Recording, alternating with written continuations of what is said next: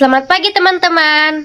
Perkenalkan, nama saya Stefania Gea, kelas 12 IPS. Di sini saya akan menjelaskan mengenai globalisasi. Nah, pengertian dari globalisasi ialah globalisasi adalah interaksi antara negara dikarenakan adanya pengaruh budaya dan pengaruh teknologi. Nah, karena adanya globalisasi, negara A dengan negara B saling berinteraksi dan interaksi dari antara negara A dengan negara B saling kuat. Nah, di dalam globalisasi tersebut ada nih namanya karakteristik.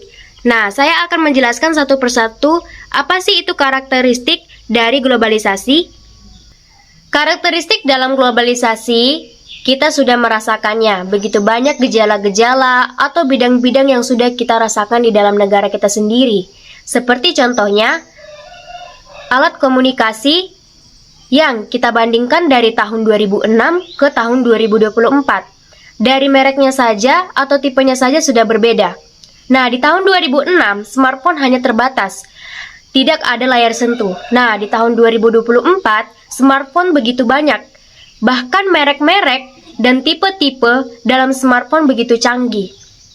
Nah, bukan hanya smartphone saja, kita sudah mengetahui beberapa teknologi yang begitu canggih, seperti laptop, televisi, dan alat transportasi, mulai dari mobil, motor, dan sepeda. Produksi ekonomi di semua negara saling ketergantungan dengan produk yang lain karena perdagangan internasional. Maksud dari itu ialah adanya suatu produk dari negara A menghasilkan barang untuk diekspor atau diperjualbelikan ke negara B. Lalu, di negara B menghasilkan barang diperjualbelikan ke negara A. Nah, dari hasil interaksi tersebut adanya ikatan yang saling kuat dan komunikasi yang sangat baik dari hasil ketergantungan globalisasi tersebut. Di dalam era globalisasi tersebut, negara A dengan negara B saling memiliki komunikasi yang baik. Nah, peningkatan interaksi kultural melalui perkembangan media massa.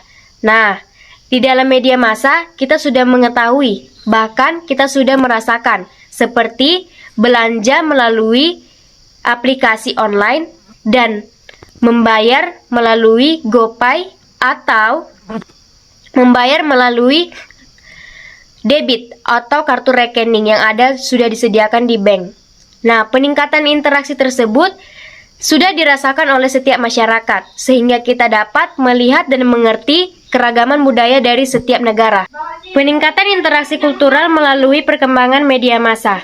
Nah, apa yang dimaksud dengan tersebut ialah adanya suatu proses atau interaksi yang kita lakukan melalui media massa, seperti smartphone. Kita dapat berbelanja di smartphone dengan menggunakan aplikasi online seperti Shopee, Lazada, GoPay. Nah, dengan adanya pengaruh globalisasi, kita dapat lebih cepat, lebih praktis untuk bisa berbelanja. Di dalam belanja tersebut, kita bisa membayar dengan secara online, seperti menggunakan kartu kredit atau aplikasi Dana.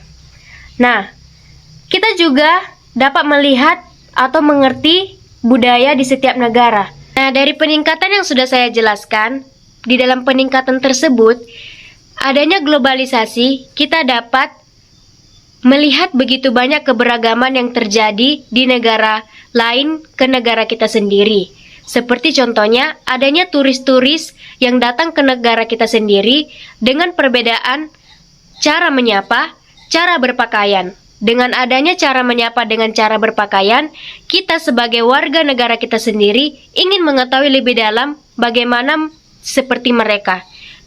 Dengan adanya interaksi tersebut, tidak sedikit dari kita memanfaatkan ke hal negatif dengan menggunakan pakaian terbuka ke tempat umum dan menyebarkan video yang tidak senonoh atau tidak pantas ke situs-situs ilegal. Nah, adanya permasalahan yang mendunia dari dampak tersebut, sehingga adanya krisis multinasional dan kerusakan lingkungan. Proses terjadinya globalisasi dibagi menjadi 4. Yang pertama yaitu globalisasi di era modern, globalisasi di era modern awal, modern globalisasi era modern, dan globalisasi era kontemporer. Nah, apakah globalisasi sangat berpengaruh dengan identitas kita? Apakah identitas kita sangat berketergantungan dengan globalisasi? Dari pertanyaan tersebut, tentu saja sudah terjawab, arus globalisasi sangat mempengaruhi identitas nasional. Nah, tentu saja berpotensi sebagai penyebab merosotnya nilai-nilai asli dalam negara.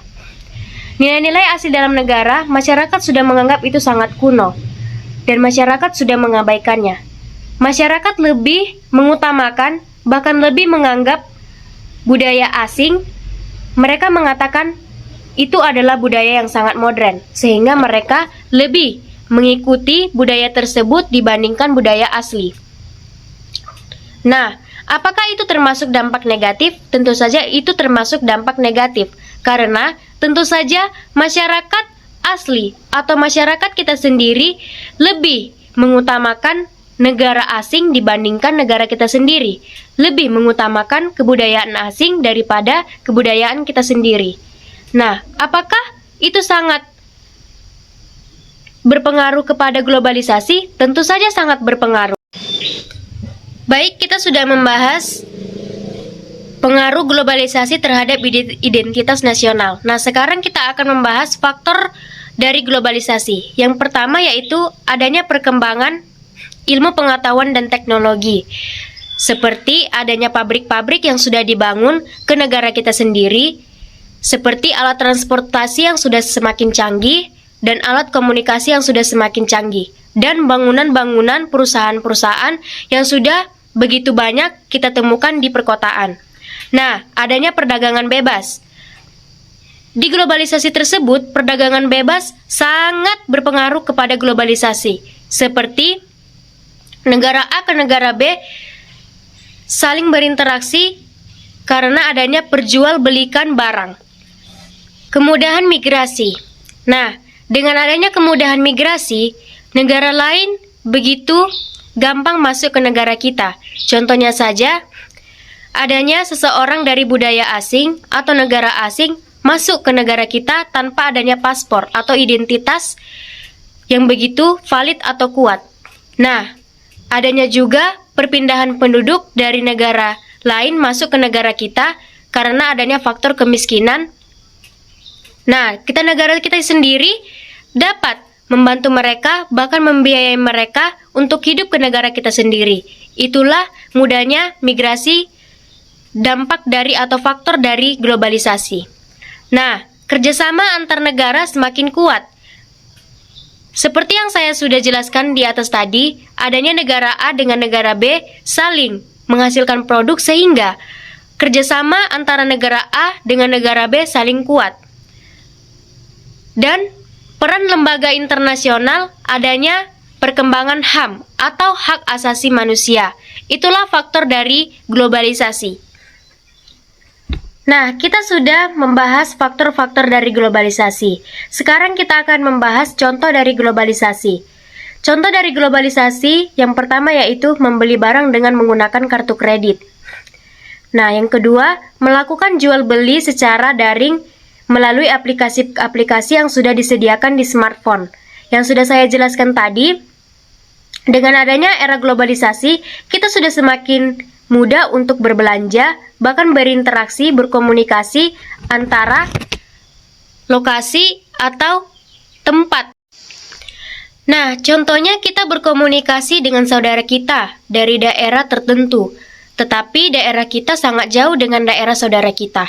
Nah, adanya pengaruh globalisasi sangat berpengaruh ke hal contoh yang saya sebutkan tadi, yaitu kita dapat berkomunikasi menggunakan smartphone.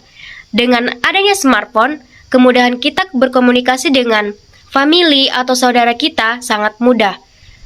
Yang terakhir, contoh dari globalisasi yaitu kita dapat membayar pengeluaran kita menggunakan aplikasi yang sudah kita gunakan di smartphone atau aplikasi digital seperti aplikasi Dana ataupun aplikasi lainnya yang sudah disediakan dalam smartphone. Nah, begitu mudah Dengan adanya globalisasi, kita semakin mudah berinteraksi antara dunia lain ke dunia luar. Di globalisasi yang sudah saya jelaskan, kita sebagai generasi muda dapat memanfaatkan globalisasi ke dalam hal yang positif, seperti memperkuat budaya, meningkatkan kemampuan beradaptasi dan mengembangkan kerjasama internasional, dan meningkatkan kualitas atau mutu pendidikan di setiap generasi muda. Baiklah, demikian penjelasan dari saya mengenai globalisasi yang saya sampaikan. Semoga dapat bermanfaat bagi teman-teman dan dapat kita lakukan untuk kedepannya. Semoga apa yang saya jelaskan tadi dapat teman-teman pahami dan mengerti. Semoga dapat bermanfaat kepada kita semua. Terima kasih.